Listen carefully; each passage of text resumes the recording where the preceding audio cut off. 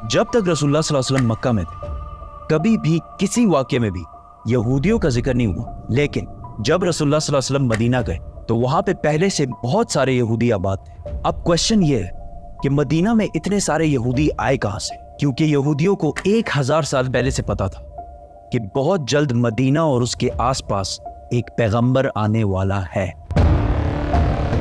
आज से तकरीबन 70 साल पहले 3 अरबी शेफर्ड्स फलस्तीन के पहाड़ों में अभी घूम फिर रहे थे कि अचानक उन्हें दूर से एक पहाड़ में एक गार, एक केव देखा। वो उस केव के अंदर गए और उन्होंने देखा कि उस केव में सिर्फ 2 जार्स पड़े हुए। उन्होंने ये जार्स खोल के देखे तो अंदर पुराने जमाने के कुछ पेपर्स और स्क्रोल्स पड़े हुए। उन्होंने सोचा पता नहीं कोई चीज होगी बस, तो उन्होंने बाजार जाकर थोड़े पैसों के बदले इनको बेच दिया। वहां से ये स्क्रोल्स किसी तरह अमेरिका के एक साइंटिस्ट के हाथ लगे, जिसको डायरेक्ट पता लग गया कि ये यहूदियों की आसमानी किताब तौरात है, लेकिन ये किसी अजीब से स्टाइल से लिखी हुई थी और आज के जमाने के सारे तौरात से मुख्तलिफ थी।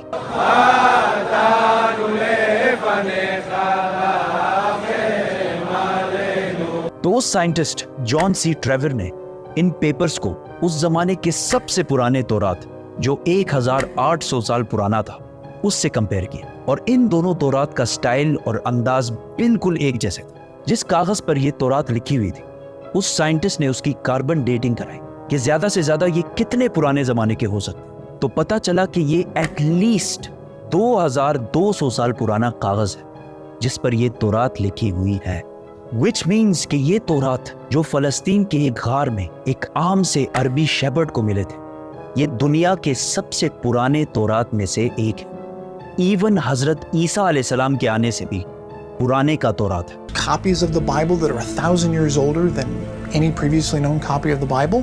ये कंप्लीट तौरात तो नहीं है, लेकिन तौरात के बहुत सारे पोर्शंस इसमें मौजूद हैं। इन स्क्रोल्स के स्टार्टिंग में यहूदियों के एक पैगंबर आइज़ाया का जिक्र है, जिनको क्रिश्चियंस और मुसलमान दोनों एक सच्चा प्रॉफिट मानते हैं। और इस पैगंबर आइज़ाया ने फ्यूचर की कुछ प्रोफेसीज लिखी है कि आने वाले वक्तों में दुनिया में क्या क्या होने वाला है।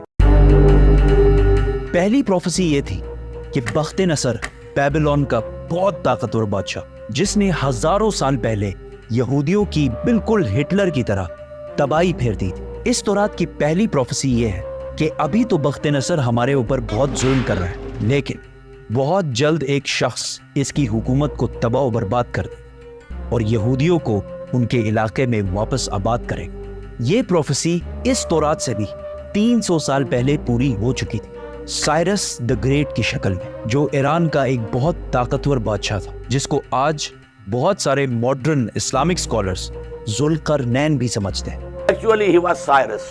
He was the king of Persia. ये भी एक बहुत इंटरेस्टिंग स्टोरी है, तो सब्सक्राइब। इस तौरात की दूसरी प्रोफेसी की वजह से यहूदी मदीना में आबाद थे। इस दुनिया के सबसे पुराने तौरात प्रोफेसी कुछ ऐसे है, देखो मेरा गुलाम जिसे मैं कायम रखता हूं, मैं अपनी रूह को इसमें डालूंगा और वो दुनिया में इंसाफ कायम करेगा और जब तक वो जमीन पे इंसाफ कायम ना कर ले वो पीछे नहीं हटेगा और ना उसे कोई कुचल सकेगा और मैं बुतों को अपनी तारीफ छीनने नहीं दूंगा।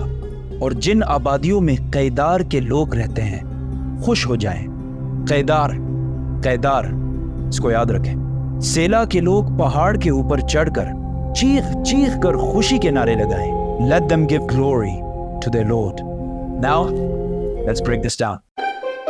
सबसे पहले कहा गया है कि कैदार के लोग खुशियां मनाएं। तो अब ये कैदार कौन है और कहां है? कैदार इब्राहीम अलैहिस्सलाम के बेटे इस्माईल अलैहिस्सलाम के दूसरे बेटे का नाम। और इस कैदार के बच्चों ने अरब में एक बहुत बड़ी सल्तनत कायम की और रसूलुल्लाह सल्लल्लाहु अलैहि वसल्लम भी इस्माईल अलैहिस्सलाम के इस बेटे कैदार की नस्ल में से। दूसरा जिक्र है बुतों का। उस जमाने में सबसे ज्यादा बुतों की इबादत अरब में की जाती थी।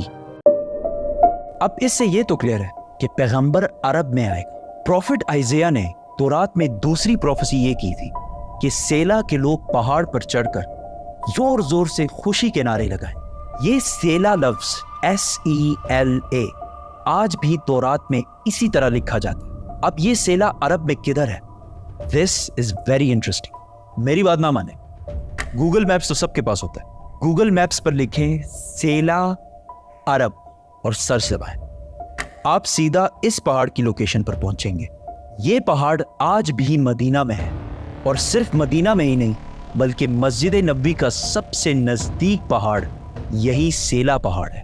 مسجد نبوی سے یہ پہاڑ صرف 500 میٹر دور ہے, کلومیٹر بھی نہیں, میٹر.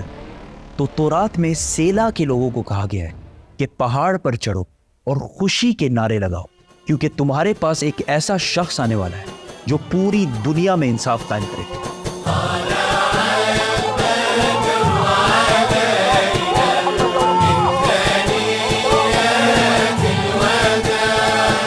اور یہ سب کچھ تورات میں یہودیوں کو پہلے ہی بتا دیا گیا. یہودیوں کو اس بات کا پورا اندازہ تھا کہ بہت جلد مدینہ میں ایک پیغمبر آنے والا ہے. تو آہستہ آہستہ بہت سارے یہودی فلسطین سے مدینہ اور اس کے آس پاس شفٹ ہونا شروع ہوئے کہ کاش ہم اس پیغمبر سے مل سکیں. اور ایک دفعہ تو یہودی اور رومن امپائر کی لڑائی کے بعد بہت سارے یہودی مدینہ اور اس کے گرد جمع ہونا شروع ہوئے, اور خیبر کو جو مدینہ کے سب سے قریب سٹی سمجھی جاتی تھی اس کو اپنا ہیڈ کوارٹر بنایا.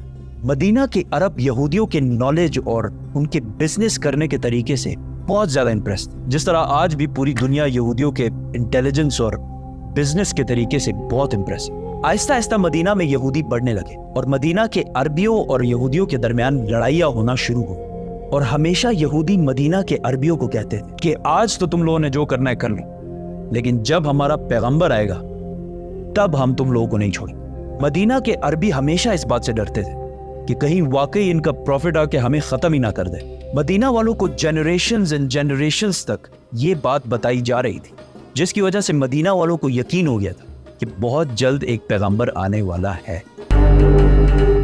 اس سب کے درمیان اچانک ایک دن مکہ سے ایک آدمی مدینہ آیا جس کا نام تھا مصعب بن عمیر, اور انہوں نے مدینہ کے لوگوں کو اسلام کی دعوت دی اور بتایا کہ مکہ میں ایک عربی پیغمبر آیا ہے جس کی بات کوئی بھی مکہ میں نہیں مانا. یہ سن کر مدینہ والے حیران ہو گئے کہ ایک عربی بولنے والا پیغمبر, ہو سکتا ہے یہ وہی پیغمبر ہے جس سے یہودی ہمیں بار بار ڈراتے رہتے. تو مدینہ والوں نے ڈائریکٹ دنیا میں سب سے پہلے اسلام قبول کر لیا. یہودیوں کو جب اس بات کا پتہ چلا کہ ہمارا پیغمبر تو عربیوں میں آ گیا, تو انہوں نے صاف ڈینائی کر دی کہ یہ وہ پیغمبر ہے ہی نہیں. لیکن پھر بھی کچھ یہودیوں نے اسلام قبول بھی کیا اور اسلام کے لیے جان بھی دی. اور تورات میں محمد صلی اللہ علیہ وسلم کے بارے میں جو پہلے سے کہا گیا تھا, یہ بھی یہودی جو مسلمان ہو گئے تھے, یہ بھی انہی یہودیوں نے ڈسکور کیا تھا. اسی لیے حضرت سلمان فارسی کو بھی ایک کرسچن پریسٹ نے مدینہ ہی بھیجا تھا کہ وہاں ایک پیغمبر آنے والا ہے. یہودیوں نے اس سب کو ڈینائی کر دیا کہ یہ وہ پیغمبر ہے ہی نہیں, اور صرف ان کو پیغمبر ماننے سے انکار نہیں کیا بلکہ رسول اللہ صلی اللہ علیہ وسلم کے خلاف ہر طرح کی سازش بھی کی. لیکن یہودیوں کی طاقت خیبر کی جنگ کے بعد پورے عرب میں ہمیشہ کے لیے ختم کر دی, اور وہ سارا مال جو یہودیوں نے ہنڈریڈز آف ایئرز میں جمع کیا تھا سارا مسلمانوں کو مل گیا. اور مکہ والوں کو بھی پتہ چل گیا کہ خیبر کے بعد اگلی باری مکہ والوں کی ہے.